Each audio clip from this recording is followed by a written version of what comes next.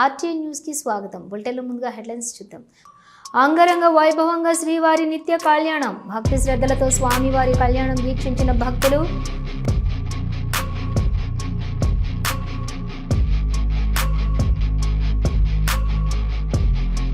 Tank బండపై Sardar Sarvai Papanna Goud విగ్రహ ఏర్పాటుకు శంకుస్థాపన కార్యక్రమంలో పాల్గొన్న ముఖ్యమంత్రి మరియు ఇతర మంత్రులు. బుగ్గన అప్పుల లెక్కలు అన్ని తప్పుడు లెక్కలే. Biodiversity board chairman Neelayapalem Vijay Kumar విమర్శలు.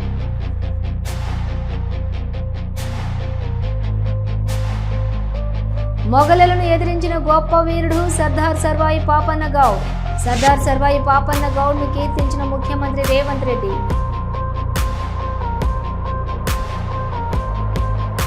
ట్యాంక్ బండ్పై సర్దార్ సర్వాయి పాపన్న గౌడ్ విగ్రహ ఏర్పాటుకు శంకుస్థాపనలో ముఖ్యమంత్రి రేవంత్ రెడ్డి పాల్గొన్నారు.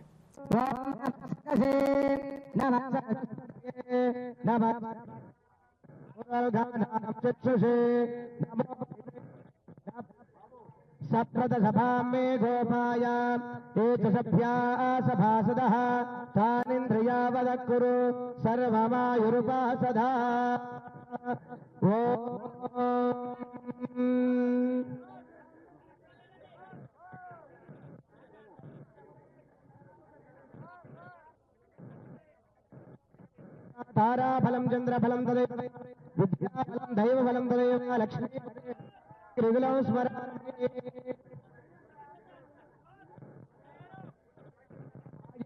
परायणे धूर्वारोहन्त पुष्पिणेः यदाश्च पुण्डरे समुद्रस्य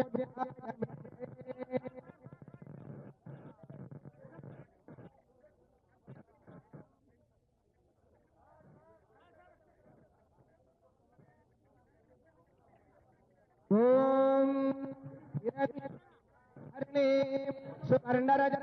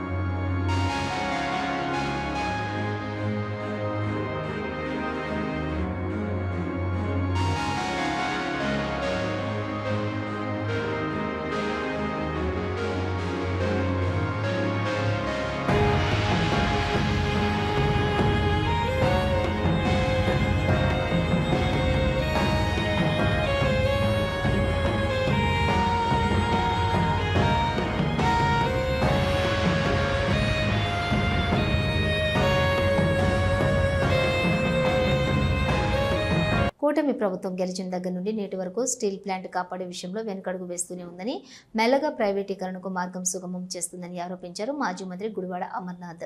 స్టీల్ ప్లాంట్లో ఉన్నటువంటి దాదాపు 45 నుండి 50 డిపార్ట్మెంట్లలో 32 డిపార్ట్మెంట్లను ప్రైవేటీకరణ దిశగా నోటీసులను జారీ చేసిన విషయాన్ని ప్రశ్నించారు. నాడు వైఎస్ జగన్ స్టీల్ ప్లాంట్ ప్రైవేటీకరణను వ్యతిరేకిస్తే నేటి కూటమి ప్రభుత్వం కేంద్రానికి మద్దతు ఇస్తూ స్టీల్ ప్లాంట్ కార్మికుల పొట్ట కొడుతోందని అన్నారు మాజీ మంత్రి అమర్నాథ్. పార్లమెంట్ సీట్ని మిగిలినటువంటి ఎమ్మెల్యే స్థానాల్ని గెలుచుకున్నటువంటి కూటమి ప్రభుత్వం ఈ గడిచినటువంటి 14 మాసాల్లో ముఖ్యంగా స్టీల్ ప్లాంట్ విషయంలో ఏ రకమైనటువంటి అన్యాయం చేసిందో మీ అందరికి కొత్తగా చెప్పాల్సినటువంటి పని లేదు. రోజు రోజుకి ప్లాంట్ ప్రైవేటీకరణ విషయంలో అడుగులు వేస్తూ నిన్న స్టీల్ ప్లాంట్ మొత్తం మీద దాదాపు 45 నుంచి 50 డిపార్ట్మెంట్లు ఉంటే దాదాపు 32 డిపార్ట్మెంట్లని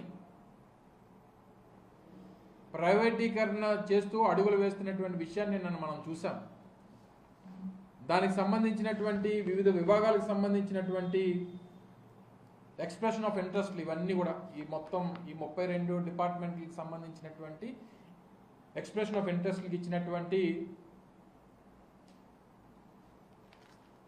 ఏవైతే ఈ నోటీసులు ఏ డిపార్ట్మెంట్కి ఆ డిపార్ట్మెంట్ ఒకటి 15 పేజీలు ఉన్నాయి. ప్రతి డిపార్ట్మెంట్కి సంబంధించినటువంటి నోటీసు 16/8/2025 అంటే నిన్న కాక మొన్న రాత్రి ఇష్యూ చేస్తూ ఇచ్చినటువంటి నోటీసులు ఇవి. పూర్తిగా అన్ని విభాగాల్ని కూడా ప్రైవేటైజ్ చేస్తూ ఇండివిజువల్గా ఒక కాంట్రాక్టర్స్ని పిలుస్తూ మీరు ఈ డిపార్ట్మెంట్ని నడపాలంటే ఏ రకమైనటువంటి ఎక్స్ప్రెషన్ ఆఫ్ ఇంట్రెస్ట్తో మీరు ముందుకు వస్తారో అనేటువంటి తెలియజేస్తూ మీరు పార్టిసిపేట్ చేయాలని చెప్పి ఇచ్చినటువంటి నోటీసులు ఇవి. సర్దార్ సర్వాయి పాపన్న 375వ జయంతి వేడుకలు రవీంద్ర భారతిలో నిర్వహించారు. కార్యక్రమానికి ముఖ్యమంత్రి రేవంత్ రెడ్డి హాజరయ్యారు. ముఖ్యమంత్రి మాట్లాడుతూ బడుగు బలహీన వర్గాలకు అండగానే ఉంది, మొఘలులను ఎదిరించినటువంటి మహోన్నత వ్యక్తి సర్దార్ సర్వాయి పాపన్నని కొనియాడు. ముఖ్యమంత్రి రేవంత్ రెడ్డి బహుజనులకే కాదు తెలంగాణ సమాజానికి ఆదర్శంగా నిలబెట్టాలి అన్న ఆకాంక్ష ఈనాడు నెరవేరబోతుంది. ఆనాడు నేను పిసిసి అధ్యక్షుడిగా పాదయాత్ర చేస్తూ ప్రజల దగ్గరికి వెళ్ళినప్పుడు హుస్నాబాద్ శాసనసభ నియోజకవర్గంలో మిత్రుడు పొన్నం ప్రభాకర్ గారు, ఆనాడు సర్దార్ సర్వాయి పాపన్న గౌడ్ గారు కిలాస్పూర్ కోటను వేదికగా చేసుకొని బహుజనుల సామ్రాజ్యాన్ని మొఘలులను ఓడించి తన శౌర్యాన్ని ప్రతాపాన్ని ఈ సమాజానికి చూపించడమే కాదు, ఆనాడే బహుజనుల సామ్రాజ్యాన్ని బహుజనులందరికీ ఏ విధంగా అందించవచ్చో నిరూపించిన గొప్ప పోరాట యోధుడు, వీరుడి యొక్క కోటను చూడడం జరిగింది. ఆ రోజు ఆ పక్కన చూసిన గత ప్రభుత్వాల ఆ కోటను మైనింగ్ లీజులకిచ్చి చరిత్రలో కిలాస్పూర్ కోటనే కాలగర్భంలో కలపాలని ఆలోచన చేసింది.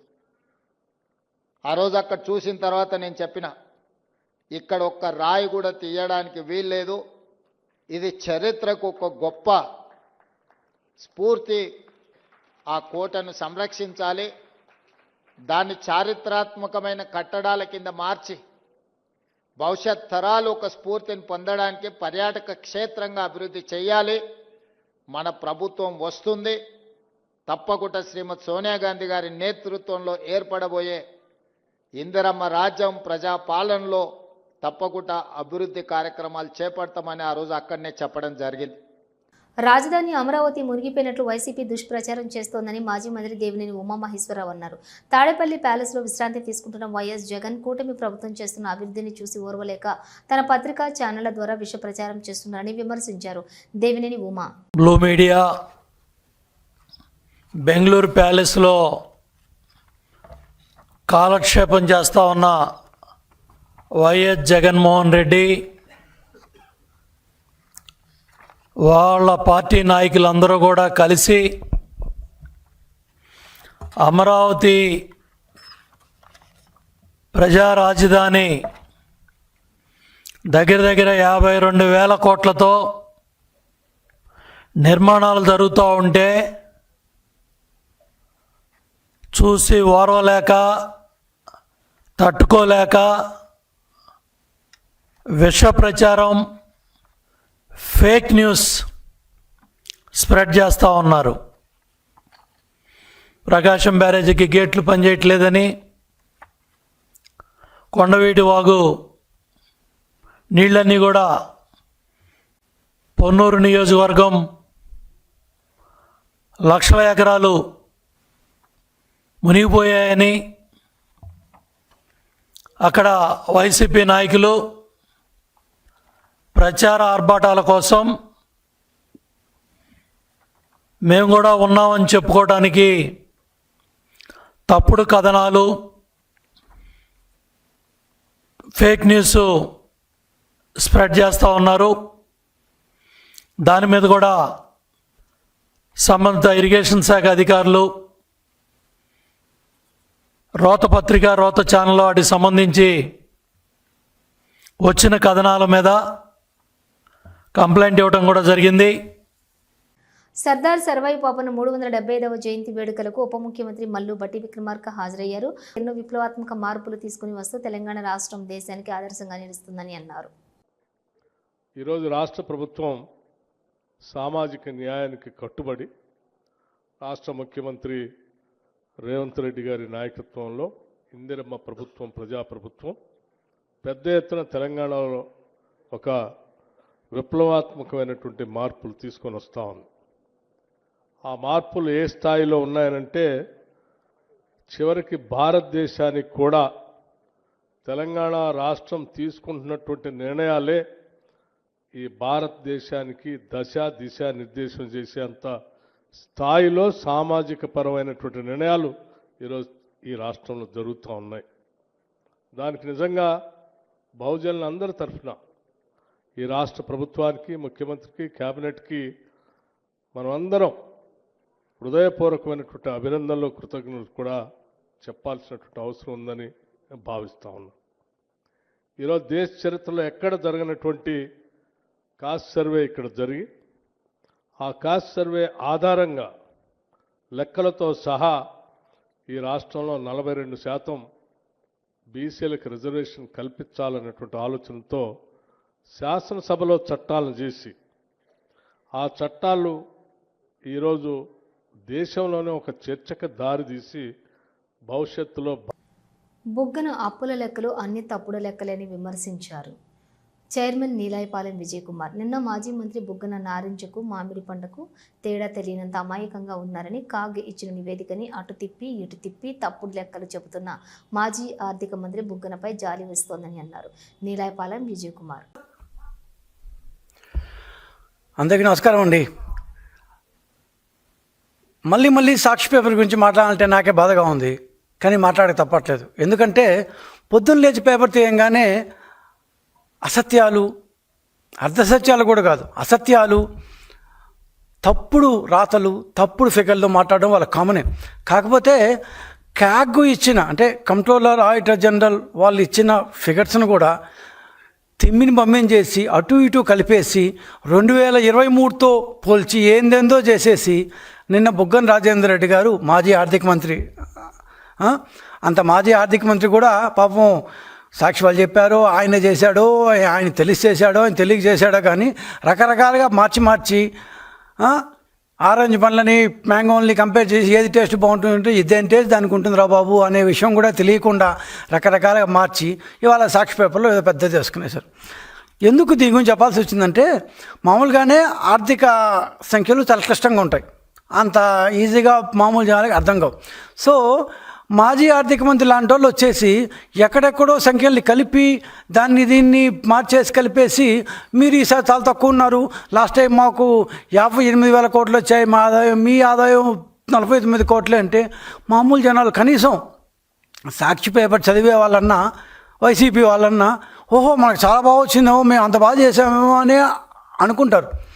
సో క్యాగ్ అనేది ఒక రెగ్యులేటరీ సంస్థ, భారత ప్రభుత్వం చేత అధీకృతమైన రెగ్యులేటరీ సంస్థ. అట్లాంటి సంస్థ ఒక ఫిగర్స్ అంటే ఆర్థిక సంఖ్యలు ఇచ్చినప్పుడు వాళ్ళు ఏ విధంగా ఇచ్చారో ఆ విధంగానే దాన్ని చదవాలి. ఇష్టం వచ్చాడు కలిపేసి పైంది కిందది కలిపేస్తే చాలా ఘోరంగా అసహ్యంగా ఉంటుంది.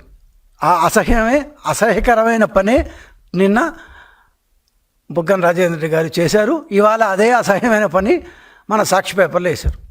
రవీంద్ర భారతిలో నిర్వహించిన సర్దార్ సర్వై పాపన్న గౌడ్ 375వ జయంతి ఉత్సవాలకు మంత్రి పొన్నం ప్రభాకర్ గౌడ్ పాల్గొన్నారు. సభాధ్యక్షులు, ఉత్సవ committee chairman, BC corporation chairman సోదరుడు నూతి శ్రీకాంత్ గారికి ఈనాడు సర్దార్ సర్వాయి పాపన్న 375వ జయంతి సందర్భంగా ట్యాంక్ బండి మీద భూమి పూజ చేసుకొని బహుజనుల ఆకాంక్షకు ఆనాడు అందరి బహుజనులను కలుపుకొని ఏ విధంగా పోరాటం చేసిండో ఈరోజు వారి చరిత్ర భవిష్యత్ తరాలకు తెలిసి అందరూ కూడా సామాజికంగా రాజకీయంగా ఎదగాలనే ఆలోచనతోటి విగ్రహం ఏర్పాటు చేయడానికి ముందుండి మాకంటే నేను మహేష్ అన్న అనేక సందర్భాల్లో కొంత జాప్యం చేసినా ఏమైంది ఇంకెందుకు జాప్యమని చొరవ తీసుకొని ఈరోజు ఇక్కడ విగ్రహానికి పూజ చేసినటువంటి గౌరవ ముఖ్యమంత్రి రేవంత్ రెడ్డి గారికి ఒకసారి గట్టిగా చప్పట్లతోటి ధన్యవాదాలు తెలియజేస్తా ఉన్నాం. ఆముదాల వలస నియోజకవర్గం ప్రస్తుత ఎమ్మెల్యే కూన రవికుమార్ తనను లైంగికంగా వేధించారని ఎప్పటికప్పుడు రివ్యూలని తన ఇంటికి పిలిపించుకొని రాత్రి 10 నుంచి 11 గంటల సమయం వరకు కూర్చోబెట్టేవారని, రాత్రి వేళలో వీడియో కాల్స్ చేసేవారని, ఫోన్ చేసి మానసికంగా శారీరకంగా వేధించేవారని, అప్పటికి కూన రవి మాటలు ఆమె వినకపోయేసరికి ఒకరోజు తన అనుచరులను పంపించి ఆమెను కూన రవి మాటలను వినాలని, వింటే నీకు ఎటువంటి ఇబ్బందులు ఉండవని, లేనిచో చాలా ఇబ్బందులు ఎదుర్కోవాల్సి ఉంటుందని హెచ్చరించారని, అయినప్పటికీ ఆమె కూన రవికి లొంగకపోయేసరికి రెగ్యులర్ పోస్టులో ఉన్నటువంటి తనని ఆ పాఠశాల నుంచి 150 కిలోమీటర్ల దూరంలో ఉన్న కంచిలి కేజీబీవీకి బదిలీ చేయటం జరిగిందని ఆమె వాపోయారు. నిజానికి ఒంటరిగా ఉన్న 35 ఏళ్ల ఒక దళిత మహిళ ఉపాధ్యాయుల పట్ల ఇలా ప్రవర్తించటం చాలా దుర్మార్గం, దారుణమని, ఈ విషయంలో ఆమెకి వైఎస్ఆర్సీపీ అన్ని విధాలుగా తోడుగా నిలుస్తుందని, పార్టీ దళిత విభాగం కూడా తనకు తోడుగా ఉంటుందని చింతాడ రవికుమార్ అన్నారు. గత 3 రోజులుగా అన్ని టీవీ ఛానల్లో మనందరం చూస్తున్నాం. కేజీబీవీ పొందూరు ప్రిన్సిపల్ సౌమ్య అనే అమ్మాయి మీడియా ముందుకు వచ్చి ఈ నియోజకవర్గ ఎమ్మెల్యే తనను మానసికంగా శారీరకంగా వేధిస్తున్నాడు అని చెప్పి, ఇంకా తను ఏదైతే కోరుకుంటున్నాడో అది నేను చేయపోయేసరికి తనను తీసుకువెళ్లి కంచిలి కేజీబీవీకి ట్రాన్స్ఫర్ చేశారని, నేనే గాని తను అనుకున్న తను ఏదైతే కోరుకుంటున్నాడో తనకు లొంగిపోయి ఉంటే నేను మళ్ళీ అదే ప్లేస్ లో ఉండేదాన్నని, నేను అలాంటి అమ్మాయిని కాదని, అలా నేను చేసుంటే నాకు ఈ వేధింపులేవి ఉండేవి కాదని చెప్పేసి ఆవిడ క్లియర్ గా అనేక మీడియా సమావేశాల్లో చెప్పడం జరిగింది. ఈ 2-3 రోజులు మీరందరూ చూశారు. నేను ఒక్కటే సూటిగా ప్రశ్నిస్తున్నాను ఆయన కోన రవికుమార్ గారిని. ఆవిడ ఏదో కుటుంబ సమస్యలతో ఒంటరిగా ఉంది. ఒంటరి మహిళ, దళిత మహిళ, 33 సంవత్సరాలు ఏజ్ ఉన్న ఆవిడ. నీ కూతురు వయసు, నీకు 57 సంవత్సరాలు, 57-58 సంవత్సరాలు. నీ కూతురు వయసు ఉన్న ఆవిడతో ఇలా ప్రవర్తించడం ఇది సబబేనా? సిరిసిల్ల జిల్లా కేంద్రంలోని బీజేపీ జిల్లా అధ్యక్షులు రెడ్డబోయిన గోపి మీడియా సమావేశం ఏర్పాటు చేశారు. ఈ సందర్భంగా ఆయన మాట్లాడుతూ కాంగ్రెస్ ప్రభుత్వం అధికారంలోకి వచ్చిన తర్వాత సిరిసిల్ల నియోజకవర్గంలోని గత బీఆర్ఎస్ ప్రభుత్వ అనుచరులు 2000 నుండి 3000 ఎకరాల వరకు భూములను కబ్జా చేసుకున్నారని ఆరోపించారు. చిన్న చితక వ్యక్తులపై కూడా మాత్రమే చర్యలు తీసుకుంటూ పెద్ద పెద్ద నాయకులపై ఎలాంటి చర్యలు తీసుకోకపోవటాన్ని ఆయన తీవ్రంగా ఎద్దేవా చేశారు. ముస్తాబాద్ మండలంలోని 410, 608 సర్వే నంబర్లలో 608లో 100 ఎకరాలు కబ్జా గురైందని, 410లో సర్వే నంబర్లలో మరో 50 ఎకరాలపైనే స్టోన్ క్రషర్ నడుస్తోందని విచారించారు. సిరిసిల్ల కొత్త చెరువు DCMHO పరిధిలో ఎంత భూమి కబ్జా గురైందో కలెక్టర్ వివరణ ఇవ్వాలని డిమాండ్ చేశారు. అందరికీ పాత్రికేయ మిత్రులందరికీ నమస్కారం. ముందుగా బహుజనులందరికీ సర్వాయి పాపన్న గారి జయంతి సందర్భంగా శుభాకాంక్షలు తెలియజేసుకుంటూ, సిరిసిల్ల నియోజకవర్గంలో కాంగ్రెస్ ప్రభుత్వం అధికారంలోకి వచ్చిన తర్వాత ఈ నియోజకవర్గంలో ఒక 2-3 వేల ఎకరాలు గత ప్రభుత్వం ఏదైతే బీఆర్ఎస్ పార్టీ వారి అనుయాయులకు రాసిచ్చింది, వాటన్నిటిని బయటికి తీస్తున్నాం. మేము వాటన్నిటిని ఏదైతే చట్ట ప్రకారంగా కాని వాటిని అన్నింటినీ క్యాన్సిల్ చేసి ఆ చేసుకున్న వాళ్ళందరినీ జైలుకు పంపుతానన్నారు. మన జిల్లా కలెక్టర్ గారు కూడా ఆరంభ శూరత్వమే చూపెట్టింది. ఏదో చిన్న చితక వ్యక్తులను 4-5 రికవరీ పెట్టి జైలుకు పంపిరు తప్ప ఇందున్న పెద్ద పెద్ద వ్యక్తులు ఎవరైతే ఉన్నారో వాళ్ళని ఏం చేయలేకపోతాను. ఎంపీ మిథున్ రెడ్డితోటి రాజమండ్రి సెంట్రల్ జైల్లోని వైఎస్ఆర్సీపీ నేతలు ములాఖత్ అయ్యారు. అనంతరం ధర్మవరం మాజీ ఎమ్మెల్యే కేతిరెడ్డి వెంకటరమణరెడ్డి మాట్లాడారు. కూటమి ప్రభుత్వంలో అధికారులు కోర్టు ఆదేశాలను బేఖాతరు చేస్తున్నారని, తర్వాత రోజుల్లో ఆ అధికారులకు కూటమి ప్రభుత్వం అండగా ఉండదని, అది గుర్తుపెట్టుకుని నిష్పక్షపాతంగా పనిచేయాలని హెచ్చరించారు. కేతిరెడ్డి వెంకటరెడ్డి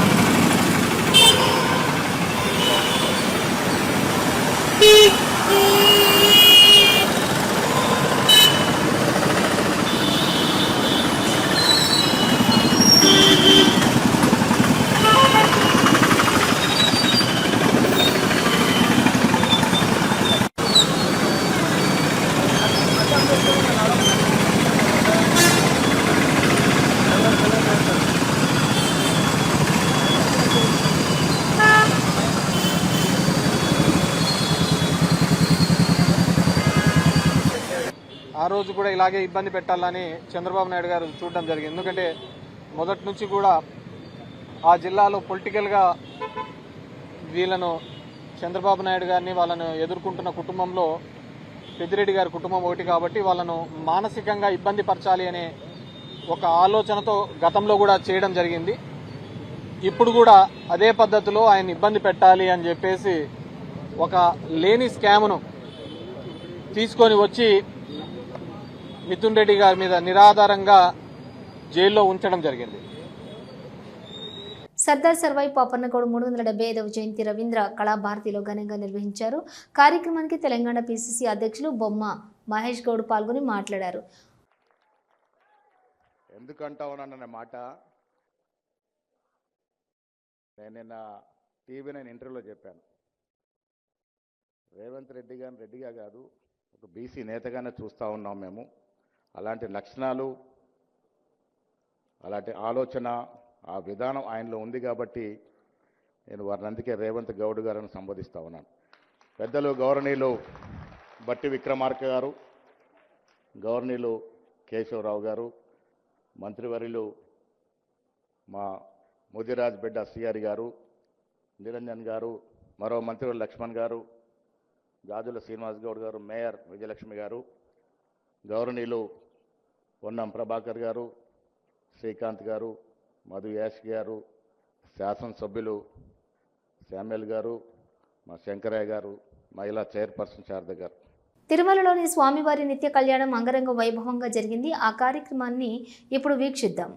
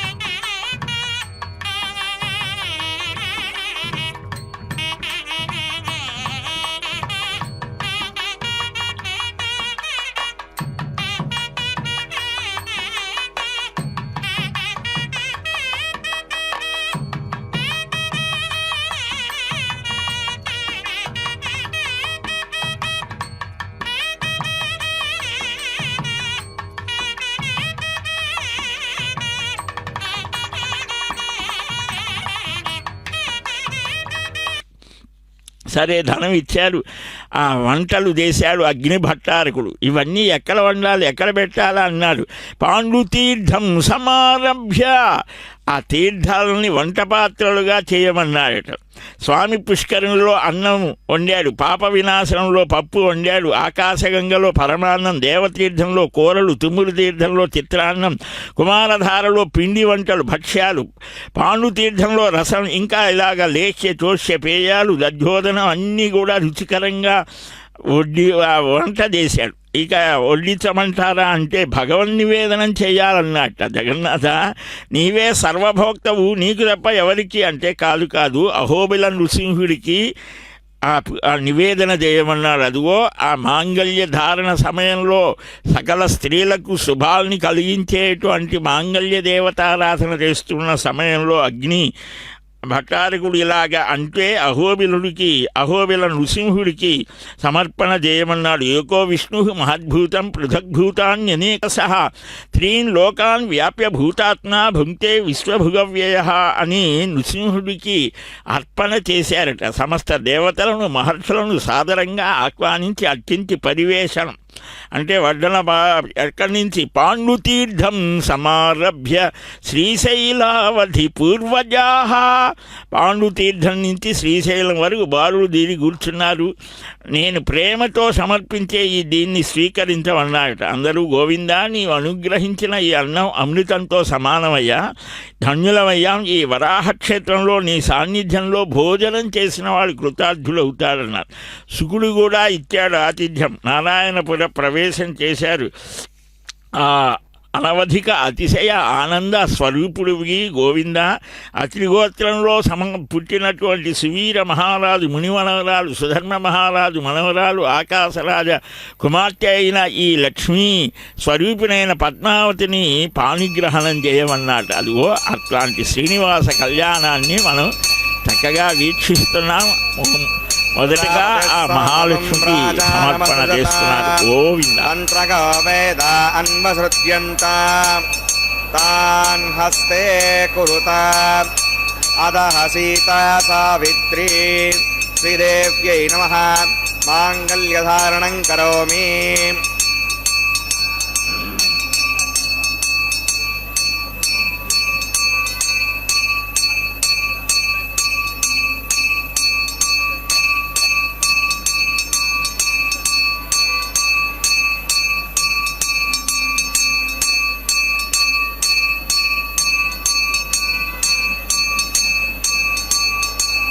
ప్రజాపతిః సమగం రాజానమసృజత తంత్రగో వేద అన్వసృజ్యంత తాన్ హస్తే కురుత అదః సీతా సావిత్రీ భూదేవ్యై నమః మాంగళ్యధారణం కరోమి.